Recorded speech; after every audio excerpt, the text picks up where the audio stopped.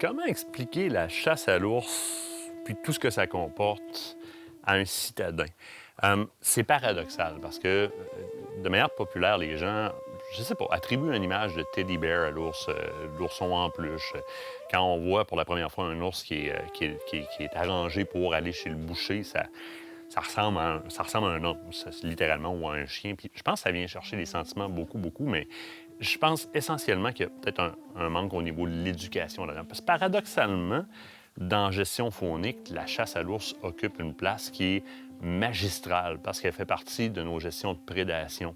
Puis dans les choix qu'ont fait les hommes de se construire des villes, des bourgs, des autoroutes, des centres industriels, on a un peu comme fait un casse-tête avec nos territoires. On a empiété sur leurs territoires, puis on les a un peu comme regroupés dans des secteurs, puis il y a des obstacles infranchissables que sont ces villes puis ces routes-là qui font que la nature qui, généralement, allait balancer les différents territoires par la dynamique des prédateurs puis des proies. Par exemple, un loup, un chevreuil, un orignal, des coyotes, des ours, etc. Ne peut plus le faire comme elle le veut parce qu'on est venu mettre notre marque là-dedans, on est venu mettre des obstacles infranchissables. Puis il faut se rappeler qu'essentiellement, on s'est toujours nourri de viande, on a toujours récolté nos viandes. On a aussi fait le choix, en quelque part, de se mettre à s'autosuffire en viande, de cultiver nos bœufs, nos porcs, etc. Puis on a augmenté la population. Une quantité d'êtres humains sur la Terre que la capacité de gestion de la planète n'aurait jamais pu supporter si on ne cultivait pas nous autres mêmes nos porcs, nos cochons, etc. Mais si on revient à la base, l'action, je dirais l'unité fonctionnelle que représente l'être humain dans la dynamique de gestion de l'écosystème planétaire est hyper importante parce que par la récolte animalière et la collecte de petits fruits et la récolte de poissons, l'être humain a toujours agi comme je dirais un baromètre parce que, d'un certain sens, c'est aussi les yeux dans le bois, donc on voit un peu l'état des cheptels animaliers, mais comme un élément régulateur des cheptels animaliers. C'est-à-dire qu'on va prendre exemple certains parcs dans lesquels on a interdit la chasse complètement.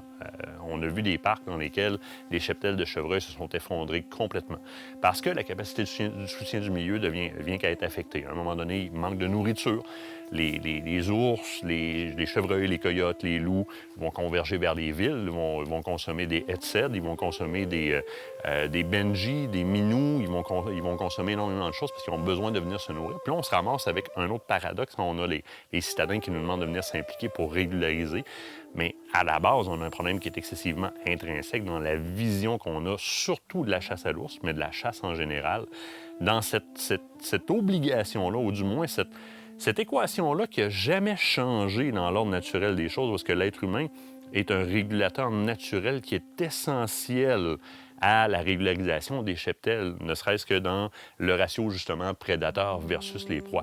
Quand on arrive à la chasse à l'ours, il faut comprendre qu'il y a des plans de gestion qui existent, que le gouvernement va faire des inventaires aériens ou encore, pour l'ours, on va faire même certaines études en chercher tranquilliser quand ils font dodo l'hiver pour comprendre un peu leur comportement, puis les populations d'ours. Puis on va appliquer dans un plan de gestion des normes de récolte animalière. On va dire combien, avec quel engin, de quelle façon et à quelle période de l'année on peut ou on devrait récolter tel ou tel animal, question de garder un équilibre. C'est des plans de gestion qui sont mis en place.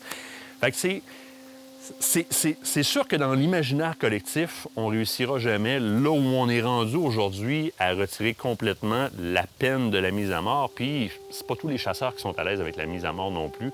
Mais il faut absolument introduire, puis réintroduire dans l'éducation de ces gens-là le fait que si on ne s'implique pas au niveau de la gestion faunique dans ces plans de gestion-là, qui sont faits après avoir fait des inventaires forestiers, de l'observation, des recensements au centre d'enregistrement des grands gibiers dans le temps de la chasse, si on n'applique pas les moyens de gestion que le gouvernement met en place au minimum pour régulariser les cheptels animaliers, mais dans certains secteurs où est-ce que justement on a empêché la chasse complètement, on a vu une disparition complète de cheptels, des cheptels qui ont tombé complètement, maladies, contamination croisée, malnutrition, des chevreuils qui se ramassent dans le chemin qui sont frappés par les véhicules, des chevreuils qui se ramassent dans la cour des gens.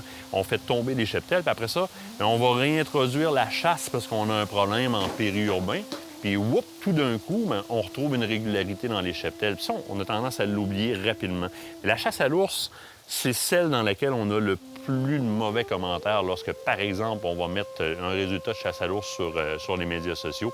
Parce que cet imaginaire-là en arrière, à un moment donné, il va falloir ramener la réalité sur la table. Parce que si on ne fait pas cette gestion-là, bien, c'est l'ensemble de l'écosystème qui est impacté. Ces grands animaux-là sont des baromètres. Quand on les observe, on voit par exemple que l'orignal ne va pas bien, ça veut aussi dire que peut-être la rainette faux-grillon ne va pas bien dans ce secteur-là, la belette ne va pas bien, le reste ne va pas bien. Et si on n'applique pas ces plans de gestion-là, on ne contrôle pas la prédation que l'ours fait envers, ou la pression que l'ours fait envers l'orignal ou encore envers le cerf de Virginie ou d'autres animaux dans certains territoires parce que l'ours est rendu surnuméraire. C'est pas juste par protection pour les cervidés qu'on va aller récolter l'ours. Mais ce qui va arriver, c'est que même l'ours va s'en trouver impacté parce que quand il devient surnuméraire, les populations de cerfs de Virginie, les populations d'orignaux, puis les plus petits animaux, puis les bleuets, etc., deviennent insuffisants dans le secteur. Donc, on va même porter atteinte à la population d'ours en tant que telle. Fait que c'est cru à dire, puis c'est dur à comprendre, mais la chasse, c'est de la conservation. Puis pour assurer la pérennité d'un cheptel animalier, que ce soit de l'ours, de l'orignal ou du cerf de Virginie, on n'a pas le choix d'en récolter. On est dans une équation qui est imbriquée dans la... Peu importe si vous êtes darwinien, créationniste ou quoi que ce soit, une équation qui est très, très, très cimentée dans la dynamique de la biodiversité terrestre. Mais si on retire un chiffre dans cette équation-là, bien, elle ne fonctionne plus. On arrive nécessairement avec le mauvais résultat au bout de la ligne. C'est un peu ce qu'on a en tête dans peut-être les 2 dernières décennies, là, la décrépitude de la chasse, c'est-à-dire c'est la mauvaise façon de gérer. Mais quand on se retire, qu'on gère juste des élevages bovins, porcins, puis qu'on ne s'implique plus dans la gestion faunique, on assiste à des grands écoulements de cheptels comme on le voit présentement. Et l'ours en fait partie, puis de manière très, très, très intrinsèque, parce qu'il y a en plus une dynamique de prédation avec d'autres animaux. Mais l'ours en tant que tel, si on le regarde juste lui, si on ne le chasse pas sur certains territoires où est-ce qu'il est surnuméraire, on va le perdre sur ces territoires-là parce qu'on va encore là dépasser la capacité de soutien du milieu, et etc., etc. Il va se passer la même chose qu'on a vu se passer avec les grands cheptels de cerfs de Virginie. C'est dur à amener à une table de discussion bidirectionnelle avec des gens qui n'ont pas cette éducation-là, mais à un moment donné, il va falloir allumer là-dessus. Puis c'est drôle qu'on en parle aujourd'hui parce que, un exemple que j'adore sortir, c'est ma carte dans ma manche. Moi. En 1905, Theodore Roosevelt disait aux antichasseurs, si vous continuez à oppresser la chasse, vous allez propulser des disparitions d'espèces animalières tout entières parce que la chasse, c'est de la conservation. Theodore Roosevelt disait ça en 1905. On est aujourd'hui beaucoup, beaucoup plus tard, puis on se retrouve avec une problématique parce que dans l'éducation, on a changé nos points de vue, ou du moins les données qu'on apprend, ou encore les notions qu'on apprend à nos enfants, puis ils grandissent plus avec ça. Fait que ça fait toujours des flamèches, mais ça demeure que dans ton jardin, si tu plantes 64 plants de tomates puis tu fais jamais de sarclage, il est possible que tu ramasses 0 tomate. Il se passe la même chose dans la forêt.